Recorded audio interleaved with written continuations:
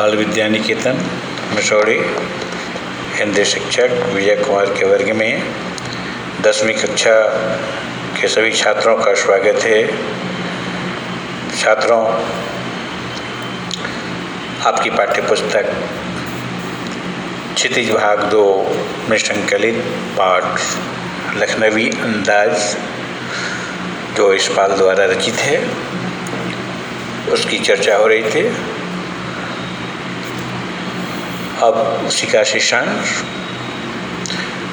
तो कल हम लोगों ने देखा था कि लेखक कह रहे हैं कि हम गौर कर रहे थे खीरा इस्तेमाल करने के इस तरीके को खीरे की सुगंध और स्वाद की कल्पना से संतुष्ट होने का सूक्ष्म,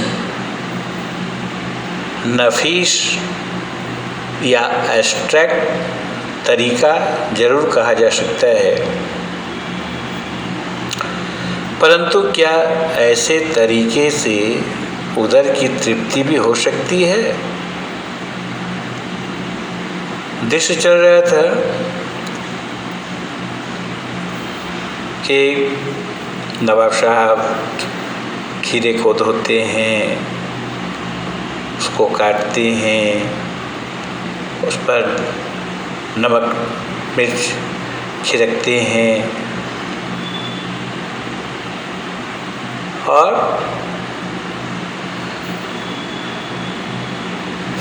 खीरे की सब फाँकों को खिड़की के बाहर फेंकते जाते।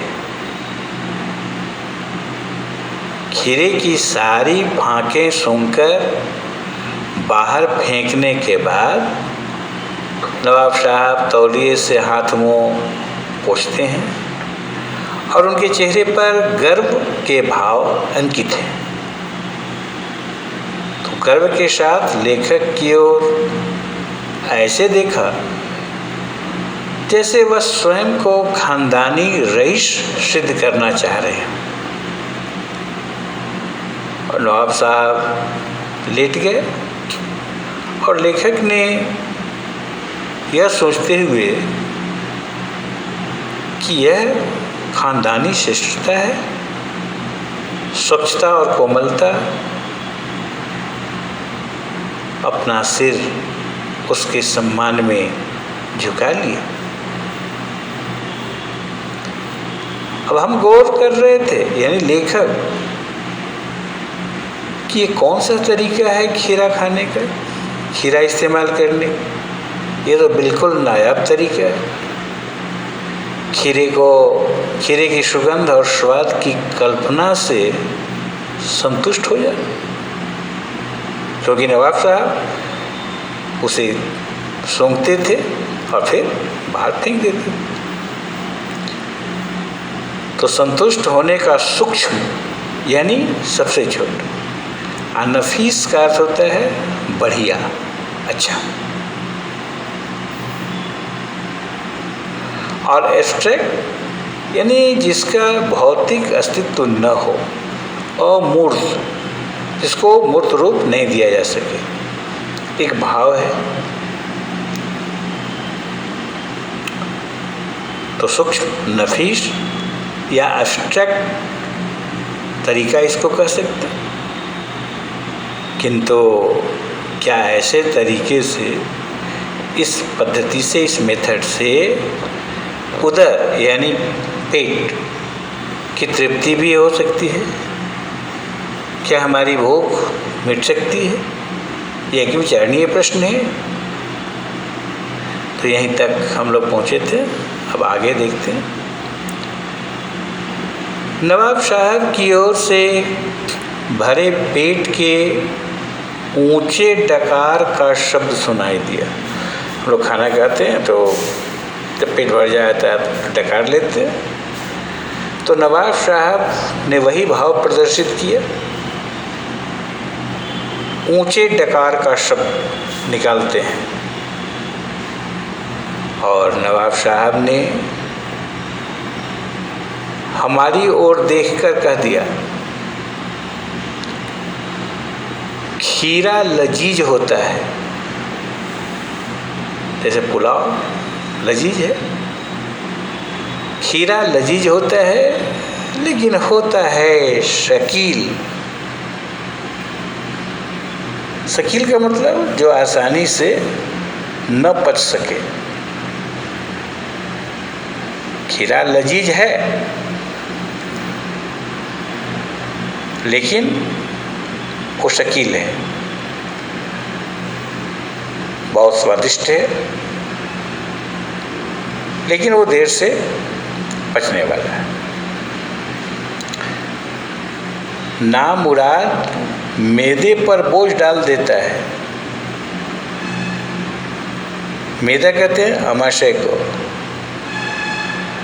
हम भोजन करते हैं तो अमाशय में जाता है।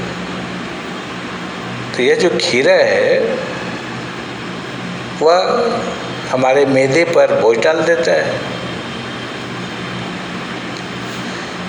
ज्ञान चक्षु खुल गए। चक्षु मतलब आँख। तो ज्ञान रूपी आँखें खुल गईं। आँख स्त्रीलिंग, नेत्र पुल्लिंग बहुवचन।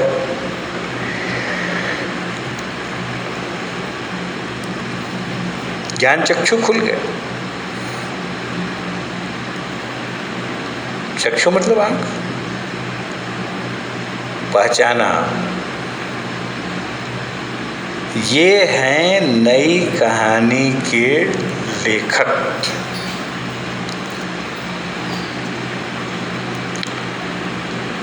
लेखक खुद करें कि ओ, तो नई कहानी के लेखक ऐसे होते हैं। खीरे की सुगंध और स्वाद की कल्पना से पेट भर जाने का डकार आ सकता है। अब लेखक सोच रहे हैं कि जब खीरे की सुगंध से और केवल स्वाद की कल्पना मात्र से जब भूख शांत हो सकती है, पेट भर सकता है, तो बिना विचार, घटना और पात्रों के लेखक की इच्छा मात्र से नई कहानी क्यों नहीं बन सकती?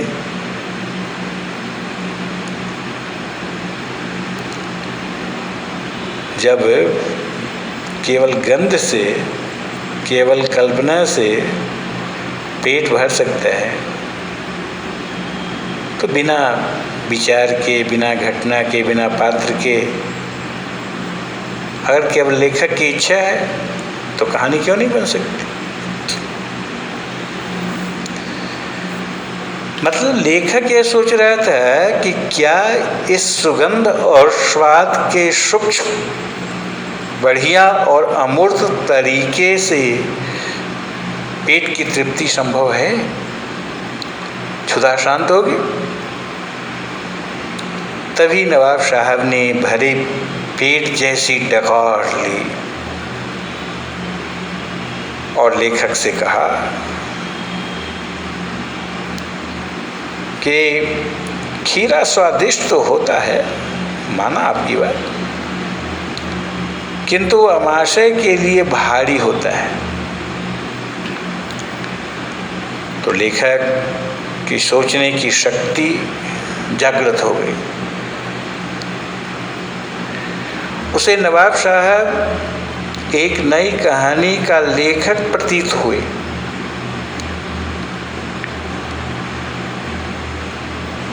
उन्होंने सोचा कि खीरे खाए बिना ही जब पेट भर सकता है और डकार आ सकती है, तो फिर बिना विचार, घटना, पात्र के एक नई तरह की कहानी भी लिखी जा सकती है।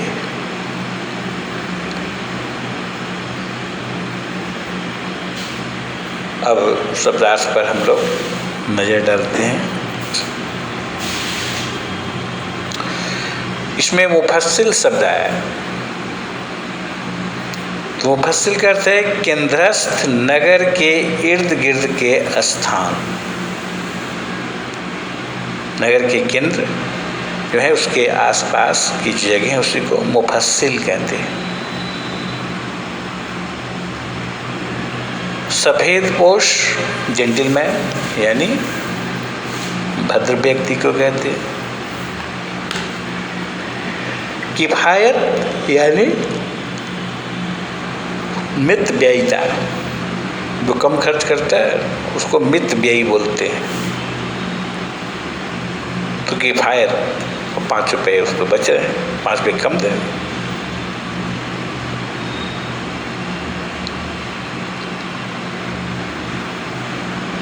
मितव्ययता समझदारी से उपयोग करना। आदाब अर्थ अभिवादन का एक ढंग है। मुस्लिम भाई एक दूसरे को प्रणाम करते हैं। आदाब अर्थ वालेकुम सलाम।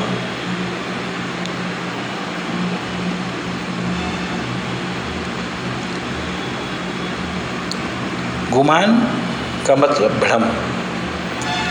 एहतियात सावधानी को कहते हैं। और बुड़क देना यानी कि उस पर नमक मिर्च की बुकनी जो है बुड़क दिया यानी छिड़क दिया। स्फुरन का अर्थ है फड़कना, हिलना डुलना।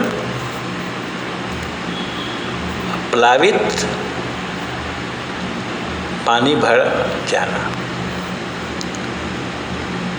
पनियाती मतलब रसीली। अब खीरा काटे उस पर जैसे ही नमक डालेंगे उस पर पानी की बूंदें छोटी छोटी दिखाई देंगी, तो पनियाती मतलब रसीली।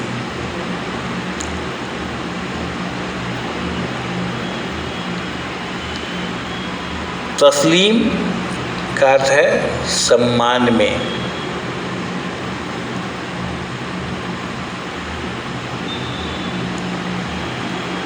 तस्लीम यानी सम्मान में। तहजीब शिष्टता को कहते हैं। और नफासत का अर्थ है स्वच्छता।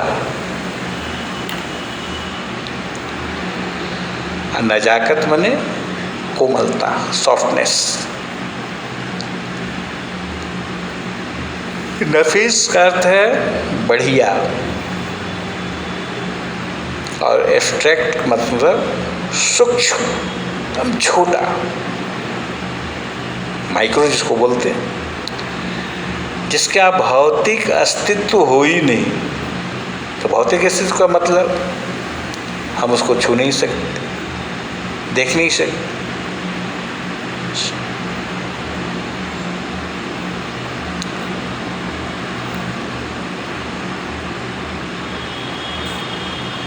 नफीस बढ़िया, एब्स्ट्रैक्ट सूक्ष्म, जिसका भौतिक अस्तित्व न हो। अमूर्त जिसको बोलते हैं। असकील कहते हैं आसानी से न पचने वाला। तो खीरा जो है वो शकील है। अब प्रश्न अभ्यास की ओर बढ़ते हैं। HW में पहला प्रश्न है कि लेखक को नवाब साहब के किन हाव भावों से महसूस हुआ कि वे उनसे बातचीत करने के लिए तनिक भी उत्सुक नहीं हैं।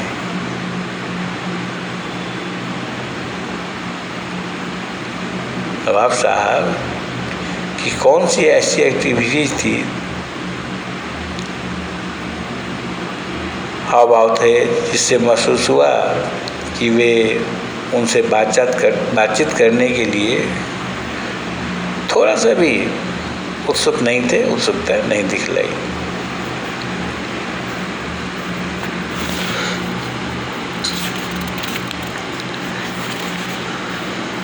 दूसरा प्रश्न है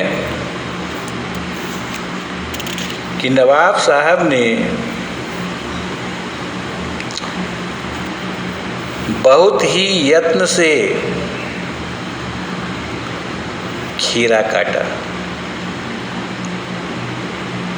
उसके बाद नमक मिर्च बुड़का।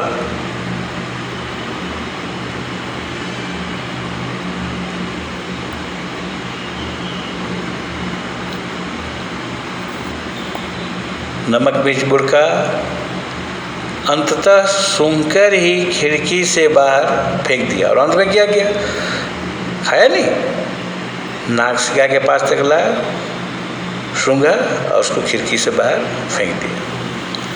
तो उन्होंने ऐसा क्यों किया होगा?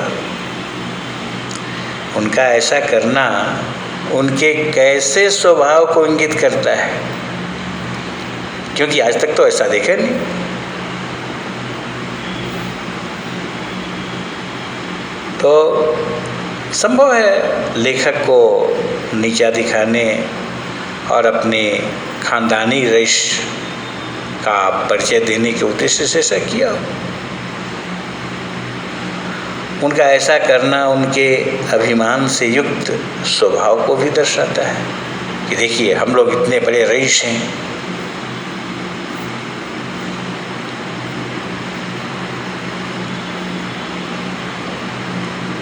तीसरा प्रश्न है, बिना विचार घटना और पात्रों के भी क्या कहानी लिखी जा सकती है? अब देखिए, कोई भी कहानी हो तो उसके आवश्यक तत्व होते हैं। आवश्यक तत्व में क्या है? जैसे कथानक, या इसको कथा वस्तु बोलते हैं। दूसरा है कथोपकथन, जिसको संवाद भी बोलते। संवाद नहीं समझते तो डायलॉग तो समझते। फिर उसके बाद है पात्र, कैरेक्टर। उसके बाद देश काल एवं वातावरण। उसके बाद भाषा शैली। फिर शीर्षक और उसके बाद उद्देश्य। तो ये तत्व हैं जिनसे कहानी बनती है। तो विचार तो होने चाहिए, घटना होनी चाहिए, पात्र कैरेक्टर होने चाहिए। तो यहाँ प्रश्न किया जा रहा है कि क्या बिना विचार के, बिना घटना के, बिना पात्र के कोई कहानी लिखी जा सकती है? तो इस सवाल के इस विचार से आप कहाँ तक सहमत हैं? तो इस सवाल के इस विचार से हम पूरी तरह सहमत हैं। कई बार कोई ऐसी बात स्वतः ही होती चल जाती है जिसके विषय में न तो हमने कभी सोचा होता है और न ही विचार किया होता है। तो वह बात बढ़ते बढ़ते कहानी का आकार ले लेती है और घटना न होते हुए भी वो घटित हो जाती है। तो देखने में तो वह एक मामूली सी बात होती, लेकिन वह एक महान कथा का रूप धारण कर लेने में कारगर सिद्ध होती है। तो इस प्रश्न, ये जो प्रश्न हैं, इनके उत्तर तैयार करने हैं। अब चौथा प्रश्न है कि आप इस निबंध को और क्या देना चाहेंगे? तो ये 3 प्रश्न कम से कम तो तैयार कर लेना है।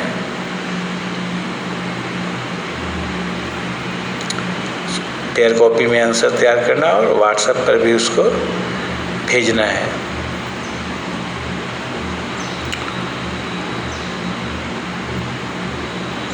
तो इस तरह से इस पाठ का समापन हुआ। तो इन तमाम प्रश्नों के उत्तर फेयर कॉपी में तैयार करने हैं और जो भी शब्दार्थ बताए जाते हैं उनको याद रखना है। साथ ही साथ हमारी कोशिश होती है कि हर पाठ के जो रचनाकार हैं उनकी संक्षिप्त जानकारी दी जाए। तो कम से कम पाठ का नाम, रचनाकार का नाम और उनकी जो मुख्य रचनाएं हैं उन पर नज़र ज़रूर डालनी चाहिए। ये बहुत उपयोगी हैं। तो इस तरह से आज लखनवी अंदाज शीर्षक पाठ का समापन हुआ। अब हमें इजाज़त दीजिए, फिर मिलेंगे। धन्यवाद।